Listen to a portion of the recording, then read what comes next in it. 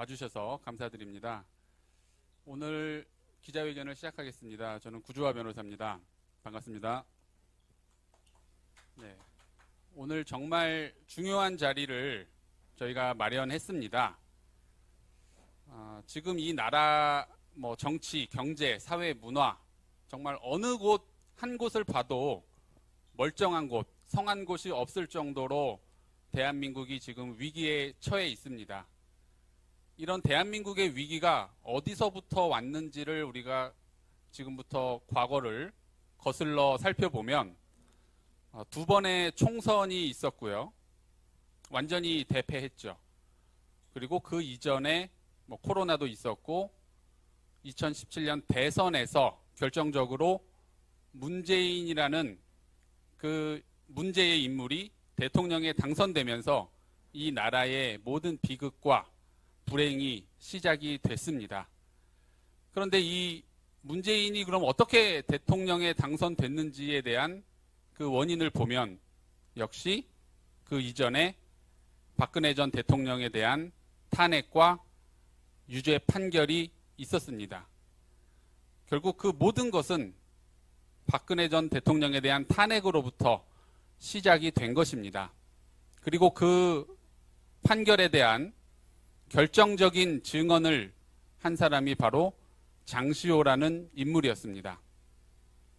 그런데 요즘 언론에서 여러분 많이 보셨겠지만 그 장시호 씨와 그 측근과의 통화 녹음, 그 중에 일부가 언론에 보도가 되면서 당시 장시호 씨의 법정 증언과 진술에 대한 신빙성이 상당히 의심이 되는 그러한 유력한 정황들이 언론과 유튜브에서 속속 드러나고 있어서 큰 충격을 주고 있습니다.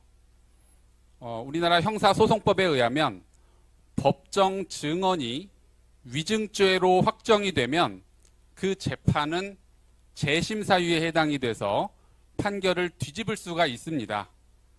그리고 지금 이 증언이 문제되니까 더불어민주당 이재명 대표가 직접적으로 해당 검사에 대해서 모해 위증 교사죄라는 말을 꺼냈습니다. 이재명 대표 스스로 한 말입니다. 모해 위증 교사죄에 해당할 것 같다. 그렇다면 지금 더불어민주당 스스로도 박근혜 전 대통령에 대한 유죄 판결이 잘못됐고 재심사유에 해당한다는 것을 지금 인정하고 있습니다.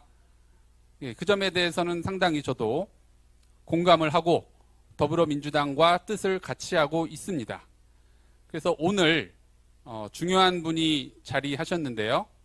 바로 장시호 씨와의 직접적인 통화를 하신 그 당사자께서 오늘 나오셔서 해당 사건에 대한 경위와 그리고 중요 내용 그리고 그 의미에 대해서 간략하게 진술을 하시고 기자회견을 하실 거고요.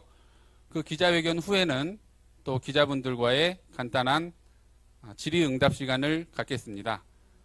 다만 이게 법적인 굉장히 큰 중요한 사건이다 보니까 질문 중에 다소 민감하거나 아니면 불명확한 부분들은 또 답변을 당장 못할 그런 질문들도 있다는 것을 기자분들께서는 좀 양해를 해주시고요. 그래서 오늘 그 당사자 장시호 씨와 직접 통화를 한 분을 모셔서 이야기를 듣겠습니다. 네, 마이크를 그럼 그분께 넘기겠습니다. 나와주시죠. 안녕하세요.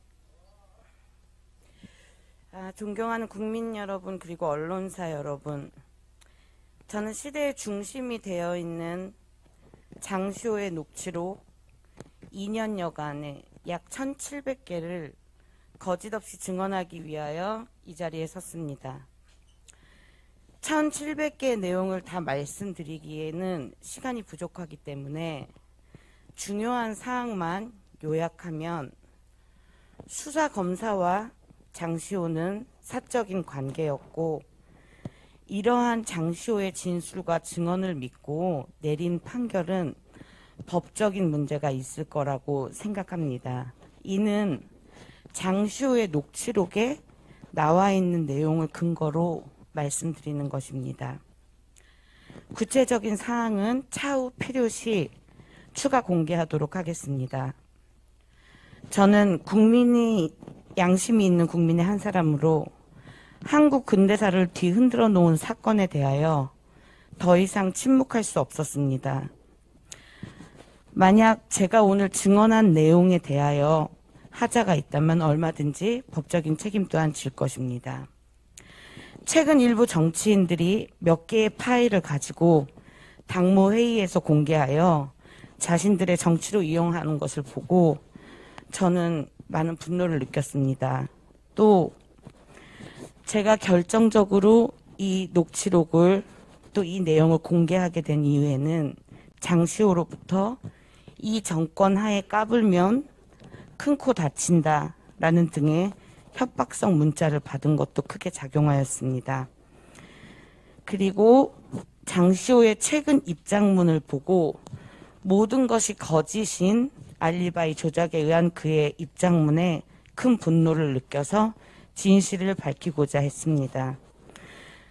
또한 저는 고의적으로 녹음한 것이 아니고 제 핸드폰이 자동 녹음이 되어 있어서 우연히 1700개의 2년여간의 대화가 녹음이 되었습니다.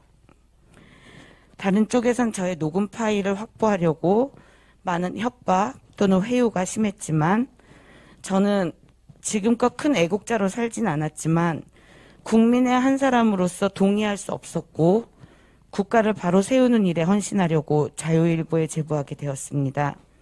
감사합니다. 질문이 있으시면 몇 가지만 질문을 받겠습니다. 지금 현재로서 또 답변할 수 없는 부분들도 있고 또 검토가 더 필요한 부분들도 있어서 추후에 또 기회가 되면 이런 자리를 좀 마련을 해드릴 거고요. 제가 뭐 언론에 나온 것만 봐도 뭐 검사와의 뭐 카톡도 있고 사실은 검사와 일반인이 그것도 피의자였던 사람이 카카오톡 대화를 나눈다라는 것 자체가 우리 일반인으로서는 도저히 상상할 수 없는 일이죠. 그것도 사건이 있은 후 몇 년이나 지나서 수년이 흐른 상태에서도 검사와 피의자였던 사람이 카카오톡 내용의 장문을 주고받는다는 것 자체가 이미 그것만으로 많은 국민들이 많은 생각과 짐작을 하게 만드는 것 같습니다.